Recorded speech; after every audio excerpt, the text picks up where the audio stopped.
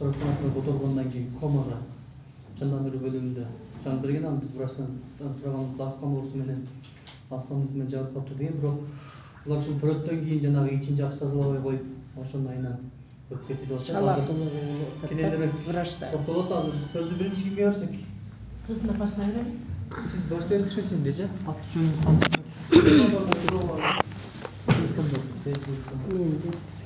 Мен Исақұлова Динара Абдықалықовна.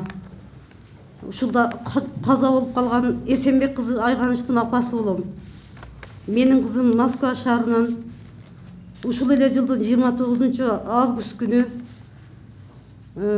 Карасуу районуна учуп келген кайнаталарынын үйүнө. Анан кейін ал жерден 2-3 күндөн кейін эле кайнатасы өзү алып барып, айылдык дарыгерлердин ФАПка мындайча айтканда дарыгерлердин көзөмөлүнө койгондо бардык канын анализдери, УЗИ кагаздары бардыгы жакшы чыккан кызымдын. Себеби кызым буга чейин эле Россияда жүргөндө мындай кылып бардык баласынын УЗИ кагаздарын, канча айлык болгондугун, полдорун бардыгын кандарын анализдерине бери тапшырып келген. Анан бул жерден да повторный анализ алышкан, кандарын анализин алышкан, УЗИге түшүрүшкөн. Ал кагаздардын бардыгы ФАПтын немесинде бар. Алар менен да сүйлөштүм мен. Кызыңыздын акыбалы аябай жакшы болчу. Бардык жагынан эч кандай патологиялык оорулар байкалган эмес, каны да жакшы болчу. Эже деди, ушу 80% кан экен, бирок 80% эмес, 60-70% менен де төрөп аткан аялдарды билебиз биз. Мен келиним 65 кан менен эле 5-6 баланы төрөдү, мына 1 жашына эле жүрөт. Бөйрөктөрү эч кандай канынын составында да бир оорулар эч кандай байкалган эмес. Кызыңыздын абалы деле жакшы болчу деген мага көрсөтмөлөрдү беришти. Ошо менен мен кызым менен тез байланышып коюп турдум. Акыбалын өзүн жакшы сезип, бул малга чейин кызымдын бир жери оорумак түгүл, тиши дагы ооруган эмес кызымдын. Өтө здоровый, жакшынакай акыбалдагы кыз болчу, өзүн жакшы сезет эле. Анан кийин 10 октябрь күнү кечке мал болжол менен саат 12-лерде кызым мага звонок кылды. Апа, мен толгон башталды окшойт, белдерим ооруп атат деди. Анан мен сразу эле кызымды саатты карап алам, канча мүнөттө кайталанып атат десем, ар 5 мүнөт сайын дегенде кайнатаңа чыгып айткын дедим. Булар тез эле машина таап, жарым сааттын ортосунда кызымды Карасуу райондук төрөтканасына алып барышкан. Кызым барары менен эле 5 мүнөткө жетпей эле өзү көз жарып алган. Төрөп эле мага үстүндө кызы турат, мага төрөп алдым апа, мына жакшынакай кыз төрөп алдым деп мага айтты. Ана мен сүйүнүп калдым, бар жогуна сүйүнчүлөп, ушинтип отуруп калдым. Апа, мен жакшымын, жакшына төрөп алдым, сизге 2 сааттан кийин палатага чыккандан кийин сизге звонок кылам деди. Макул деп мен анын звоногун күтүп отурдум.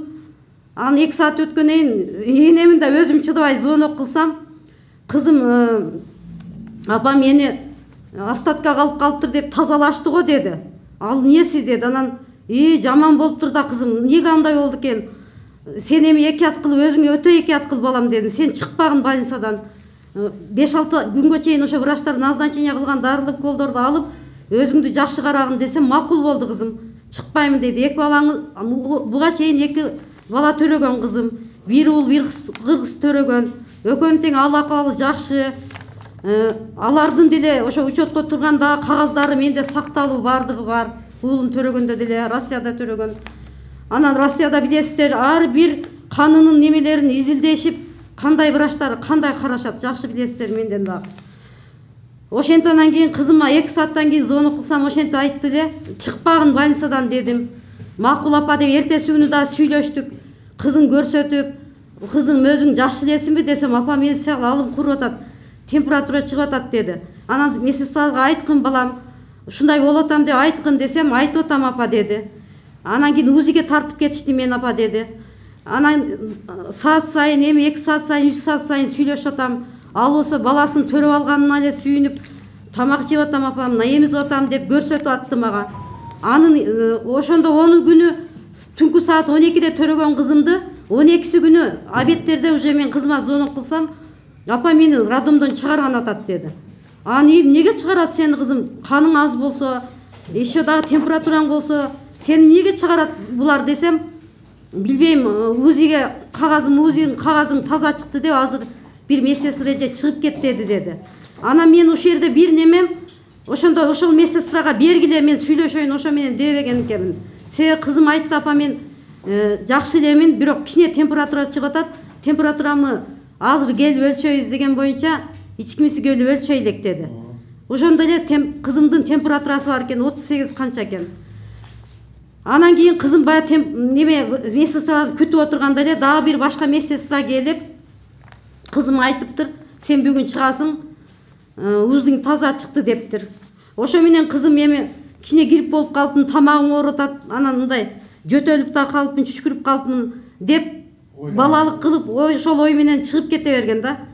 Анан үйүнө барды кызым. Үйүнө баргандан кийин мен звонок кылдым. Сразу эле звонок кылсам, ал кайнатасына звонок кылыптыр. Уже түштөн кийин боло баштаптыр. Кудам келип кызымды чыгарып кеткен. Ошондо деле бир оз кызыңыз ушундай акыбалда кетип атат, каны аз же болсом.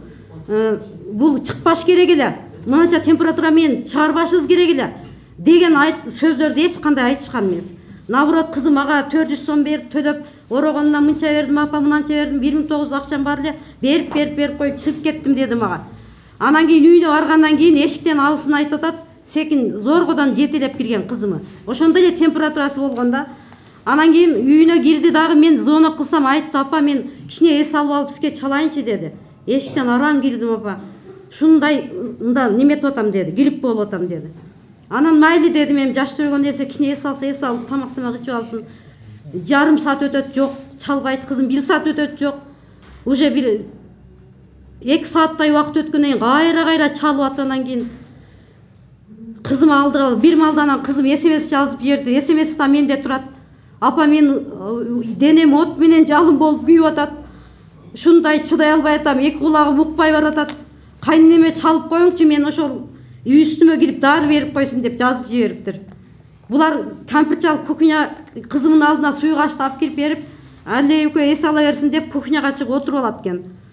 Анан кызым ошону туруп ичкенге да состояниясы келбей, ыстмалап, анан акырында мага жазган жери экен. Мен абысынын номерин таап сразу эле жаздым.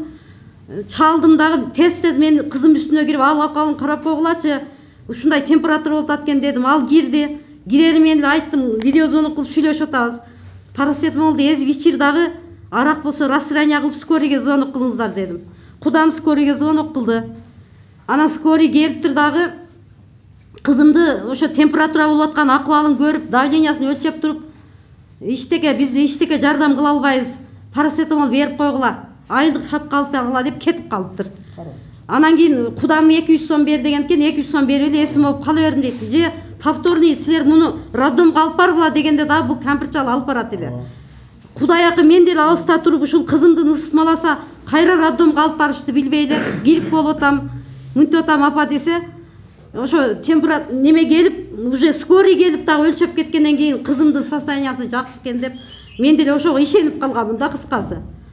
Анан кызым ошол ысытмалаган боюнча кала берет, дары ичсе кичине түшөт, кайра эле ошентип көтөрүлө берет.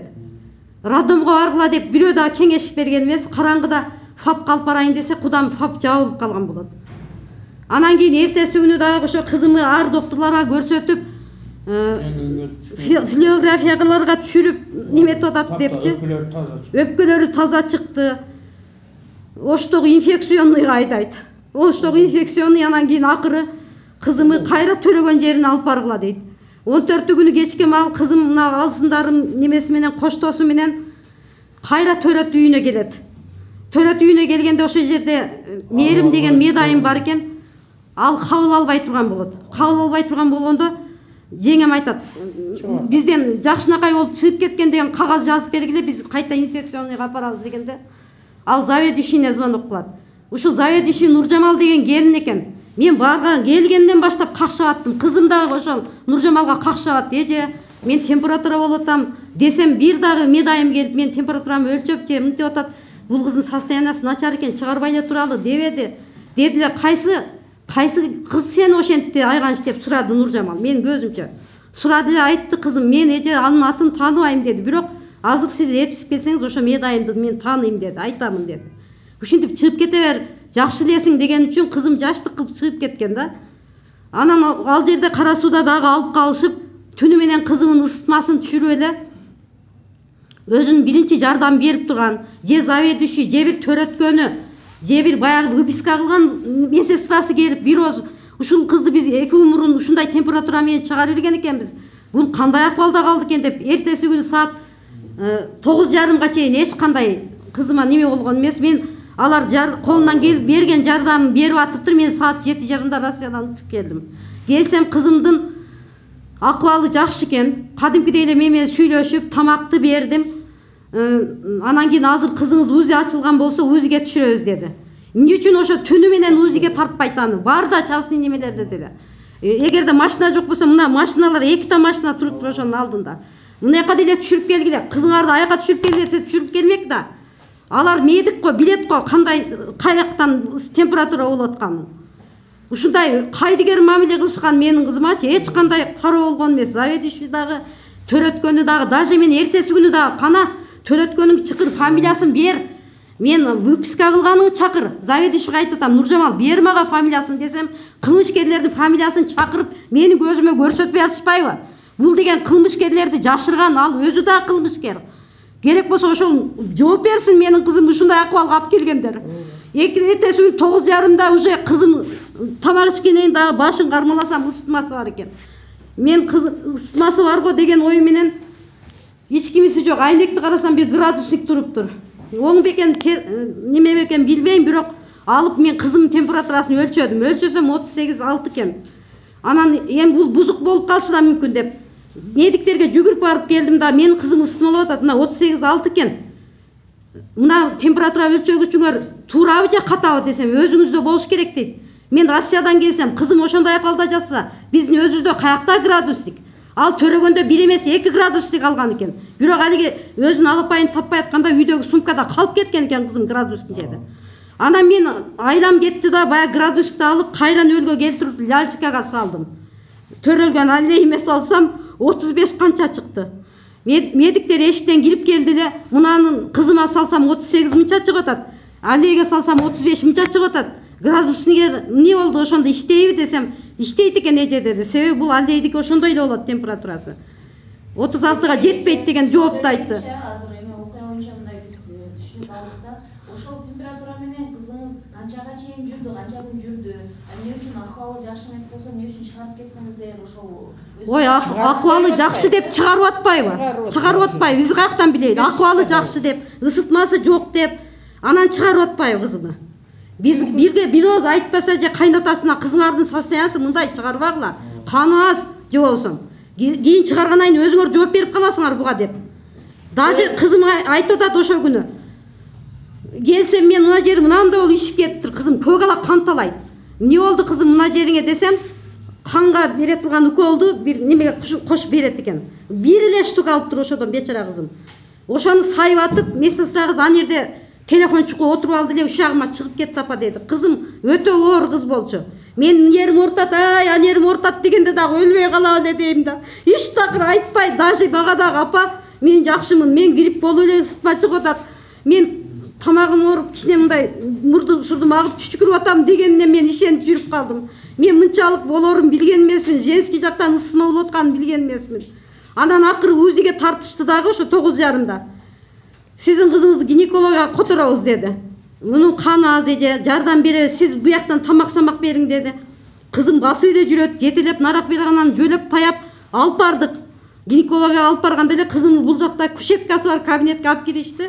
Мен лялчиканы алып бул жерге отуруп калдым. Анан эле кызым кушеткага чыгарганда эле өтө оор деп атпаймынбы кызым? Карс эле деп кушетканын немесин тепкиледи аябай. Жаным чыдабай ушундай аллейди көтөрүп алып кирип барсам, эшиктен мени аркага эле айдап эле мени чыгара беришти. Эже эшикке чыгың деп. Сизге киришке мүмкүн эмес, сиз аллейди карап туруң деди. Кайра эле бая карсылдатып тепкилеген болбогондон уже врачтар да мынантип ызычуу түшө баштагандан мен айттым. Аллейди деле ыргытып эле кайта кирип барайын десем, эже тез жүгүрүп барып памперс алып келиң, кызыңыз кровать этип атат деди да. Ага чейин неге кровать этпейт кызым? Ага чейин врачтар кирип, ошол немелер текшерип, ичин басып, айганыш кандай иштериң оорубай эле, жакшы элесизби, мына жерден кичине кровать этип атасың деди, азыраак кровать этип атам деди. Андай боло бериш керек деди. Анан эмне себептен менин кызым ошол жерде жакшына эле кирип кровать этип кетти десем, шейка жабылып калган, анан шейканы ачсак эле кровать этип кетти. Эми ошол жерден уже кызымы эси үчүн неме кылып реанимацияга которуп 5-10 мүнөттүн ичинде. Мен шок болуп калдым, эчтеке кылышты билбей, даже телефон номерлерин да Кыргызстан келген үчүн иштебей калды. Жакшы мына тууган уруктарым бар экен, булардын баары жүгүрүп келишти. Кызымы кансыраткан боюнча реанимацияга алып барып 9:30-дан 5:30-га чейин кармашты. Ушу консилиум кылып атабыз, анан мынтип атабыз, чай ичип, көйкөлүп, наракка барат, беракка басат, кызымдын акыбалы утуру начарлап атат. Мага айтышпай мына эжемдер киришсе, ушинтип кровать этип атат да, эмне кылайлы, кашыктап куйсак чөмүчтөп агып атат дейтмиш. Эмнеге андай кылышат? Анда күчү жетпейби, ошко жөнөтпөйбү эрте эле кызымы. Акыры анан кийин мукурап калганда мага чыгышты, мага немеге жазып бериң, кызыңыздын маткасын удалить этпесек, сосудтарын байлабасак болбой атат. Алып ке дедим, мен жазып беремин. Удалить эте бергиле, 3 баласы бар мыякта, ошо 3өө деле болот деп мен кол коюп бердим сразу эле. Мынандай акыбалга түшүп калды кызым, уже алар кол коюп мага кызым операцияга даярдап алып кирип кетишип, оштон врач чакырып алып. 5 мүнөттөн кийин кайра чыгышты. Болду, ошко апарбасак болбойт экен, берден аяктан звонок кылып атат дейм, не бада дейт. Ошол акыбалда кызымды дагы анан кийин ошко алып жөнөштү скорый менен. Барып скорийден 3 мүнөт мурун жетип бардык биз машина менен. Скорийден кызымды түшүргөндө дагы көздөрү бажырайып, жакшынакай болуп, кызым бирок алаңдап коркуп калган. Кызым айланып кетейин, садагыла иш жериң оорубай эле, жакшы элесиңби? Баары жакшы болот азыр балам. Операция болосуң дей албадым.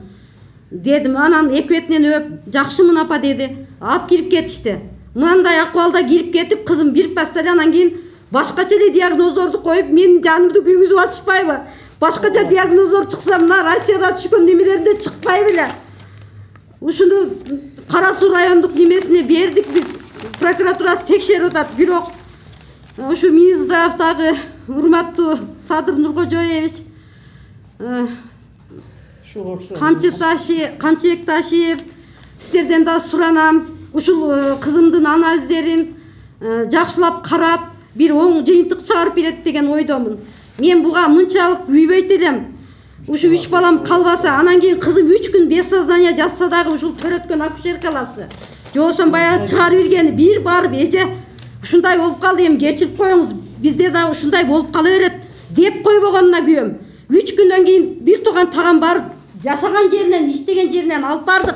Ошол 3 та немени тоготпой атышат. Нуржамал деген заведующий экен, кайненеси болсо Кара Суу району боюнча врач экен, күйөөсү болсо милиция органдарында иштейт экен. Темире керилет, колуңа эмне келет деген мынантип чалкалайт мага. Бербейсиң, ошо күнү да айттым, мына медайымдардын немесин берчи, кандай бул баласыңар, кандай баласыңар десем дагы шундай керилишет. Аяка чалып, бияка чалып.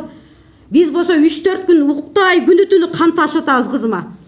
Келип акыр анан кийин ушундай деп жаман анализди чыгарып койгонуна мен өтө капа болуп атам. Давлениям көтөрүлүп, азыр кандай акыбалда экенимди эне болгон адамдар баары түшүнөт. Ушундай айланайын энелер, ушу акушерлер баарыңар эле энесиңер. Ар бириңер силер менин ордума өзүңөрдү коюп көргүлө. Кандай ушу бир татынакай кызыңар көзүн жалдыратып жардам күтүп жатса, эч кандай жардам болбосо, анысы аз келгенсип каяктагы башка бир диагноздорду коюп койсо, кандай акыбалда каласыздар? Ошон үчүн мен баарыңыздардан суранам, ушу Минздрав, президент, айланайын, колуңуздан келген жардамды бериңиздер.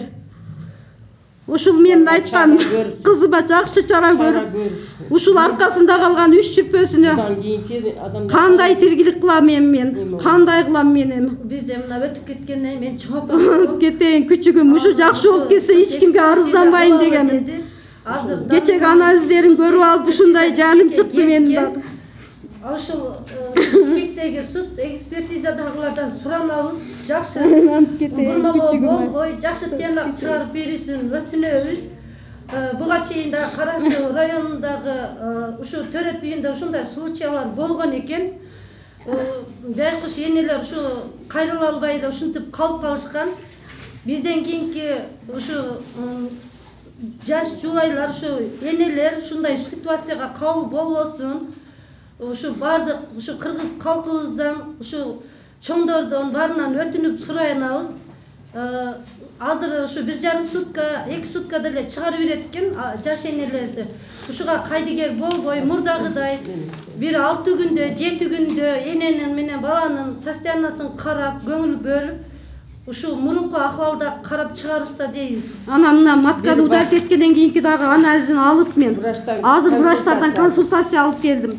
Кызымдын бул маткасын удалить эткенден кийинкиси. Кызымдын маткасы уже булар удалить эткенден кийин ичи толук кан деп атат. Чекелери неметкен, оң жак трубасы болсо разрыв деп атат.